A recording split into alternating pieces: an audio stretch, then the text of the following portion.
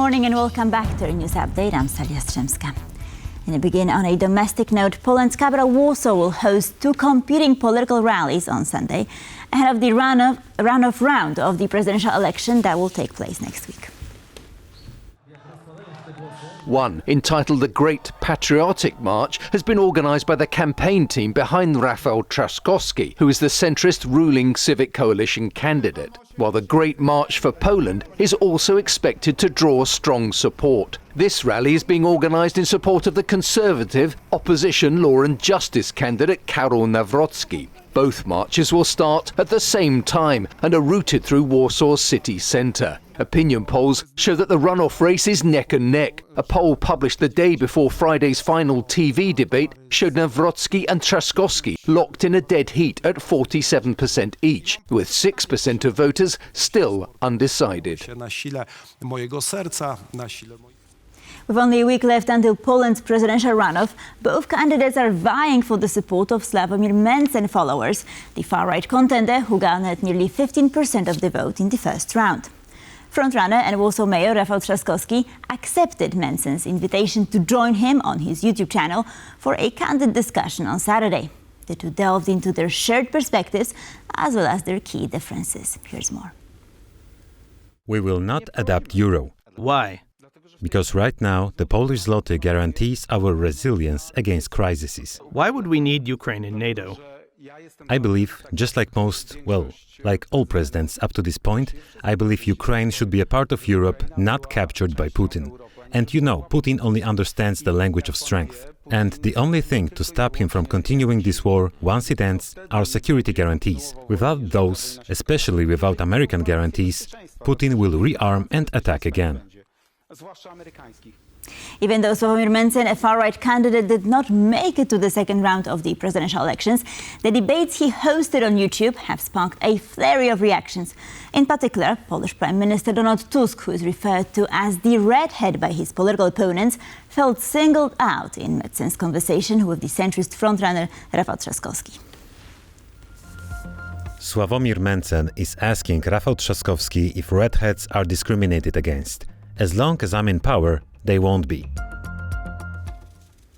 In what some may interpret as a surprise endorsement after a civilized debate, Polish central presidential candidate Rafał Trzaskowski of the ruling coalition went out for a beer with far-right Sławomir Mentzen.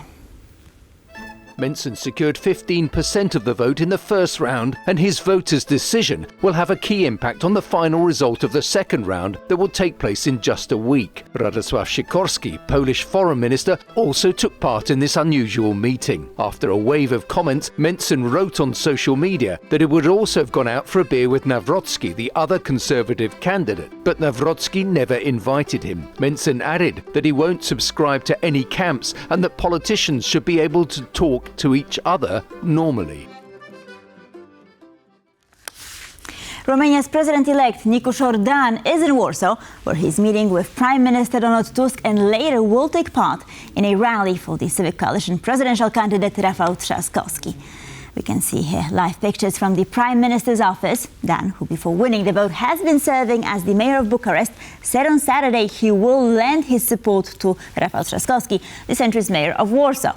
Last weekend, the pro-European won the second round of the presidential ballot in Romania against the far-right nationalist George Simeon. Simeon, earlier this month, came to Poland to support the opposition socially conservative Law and Justice candidate Karol Nawrocki in his election campaign. Poland's runoff presidential election takes place next Sunday. And that's all from Poland. Now we're moving to Ukraine. In Ukraine, at least 8 people have been killed in a series of airstrikes early on Sunday after Russia launched a second consecutive night of mass attacks across the country. In Ukraine, at least 8 people have been killed in a series of airstrikes early on Sunday after Russia launched a second consecutive night of mass attacks across the country.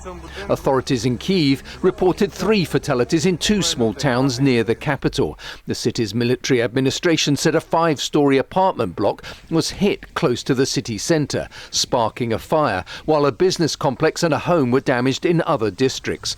At least 11 people needed medical treatment. In the southern city of Mykolaiv, 1 man was killed after a residential block was hit. 5 people were rescued and more than 200 evacuated. The port city of Odessa was subject to drone attacks, causing several fires. So far, there are no reports of casualties. Local reports say at one point, air raid warnings were in effect for the entire country.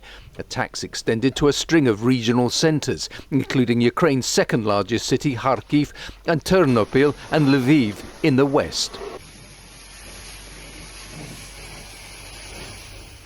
Ukrainian President Volodymyr Zelensky said Sunday marks the third stage of the prisoner exchange under the 1,000 for 1,000 format. According to Zelensky, 307 Ukrainian soldiers returned home on Saturday. In total, 697 Ukrainians have returned home in 2 days of exchanges. Sunday is the third stage. We have to release 1,000 of our people these days. But the task is to release absolutely everyone who is currently being held in Russia. And this is a common task for our intelligence agencies, our diplomats, and our entire state. It is clear that this is not an easy task, but it must be implemented. A new round of EU sanctions against Russia will likely target the Nord Stream 2 pipeline, according to a Bloomberg report released on Friday. This move is part of the EU's plan to phase out Russian oil and gas by 2027. Bloomberg reports that the sanctions will take into account progress in the Russia-Ukraine peace talks. The Istanbul meeting between Russian and Ukrainian representatives was largely inconclusive after Putin snubbed the talks and the Russian delegation refused a 30-day ceasefire. In a recent interview with TVP World, Diane Francis, senior fellow at the Atlantic Council, said the EU's 17th sanctions package is increasing pressure on Russia already. She added that sanctions remain central to the union's response to Russia's military aggression against Ukraine. Interestingly, it does finally target the naval warfare that they've been undergoing in the Black Sea and the Baltic Sea. Cutting cables, and then, of course, having all these shadow ships that are transporting oil tankers, taking illicit oil from Russia to China and India to finance the war against Ukraine. So if they can, attach and attack and interdict many of those ships, you're really going to hurt the cash flow of the war that will prevent Putin from killing more people, hopefully. German Defense Minister Boris Pistorius has outlined a timetable for a new military service model in Germany with the goal of expanding the size of the army, among other objectives. One potential strategy to achieve it could be the reintroduction of compulsory military service. In an interview with Frankfurter Allgemeine Sonntagszeitung, Pistorius stated that Germany may reinstate compulsory military service if the modernised volunteer system fails to meet its recruitment targets. He added that Chancellor Friedrich Merz's government is developing a new draft law on military service with the goal of implementing it by January 2026. The debate surrounding the reinstatement of compulsory military service in Germany has intensified as concerns about national defence preparedness and security threats have increased since the full-scale Russian invasion of Ukraine in 2022. Finnish Defense Minister appeared on a popular chat show warning that Russia is ramping up its activities in the Baltic Sea. He said the presence of Russian forces in the area isn't new, but the guarding of Shadow Fleet vessels is a recent development. Tensions are rising in the Baltic with almost daily provocations by Russia. These include violations of NATO airspace and suspicious activity near undersea power cables. Moscow is now actively protecting Shadow Fleet ships in the Gulf of Finland, while stepping up operations along its land border with Finland. The minister said there's no immediate threat to his country, but warned that, in his words, Russia remains an aggressive and dangerous neighbor to all of Europe.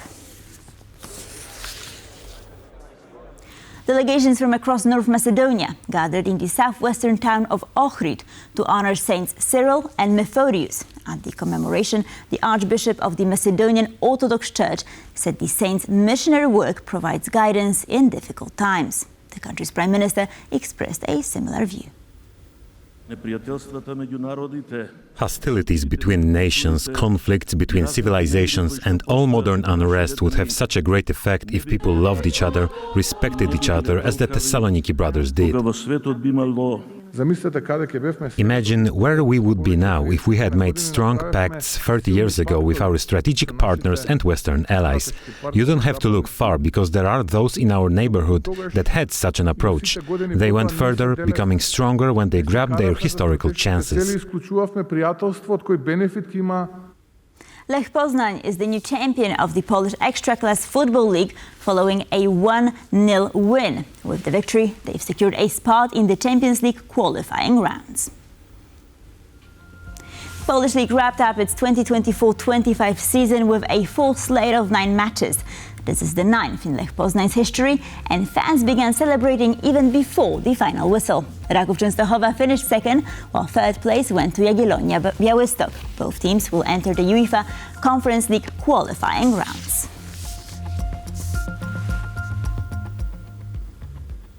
In Slovakia, a man was attacked by a brown bear and 2 cubs on Saturday afternoon. A local forester and politician, Filip Kufa, posted on Facebook that the 49-year-old victim was confronted by the animals in the town of Suceava in the centre of the country. The man suffered multiple injuries and was transported to hospital in the nearby city of Martin by emergency medical services. A special team of forest guards was deployed to tackle the bears. Drones equipped with thermal imaging equipment were then used to monitor the area. Slovakia, home to about 1,300 brown bears, has seen a number of attacks on residents and tourists over the past few years. In response, the government approved a cull of 350 bears. Critics argue the decision ignores preventative measures and say the real issue is bears being drawn to human food sources. And that's a wrap for this news bulletin. World News Online coming up next, so don't go away.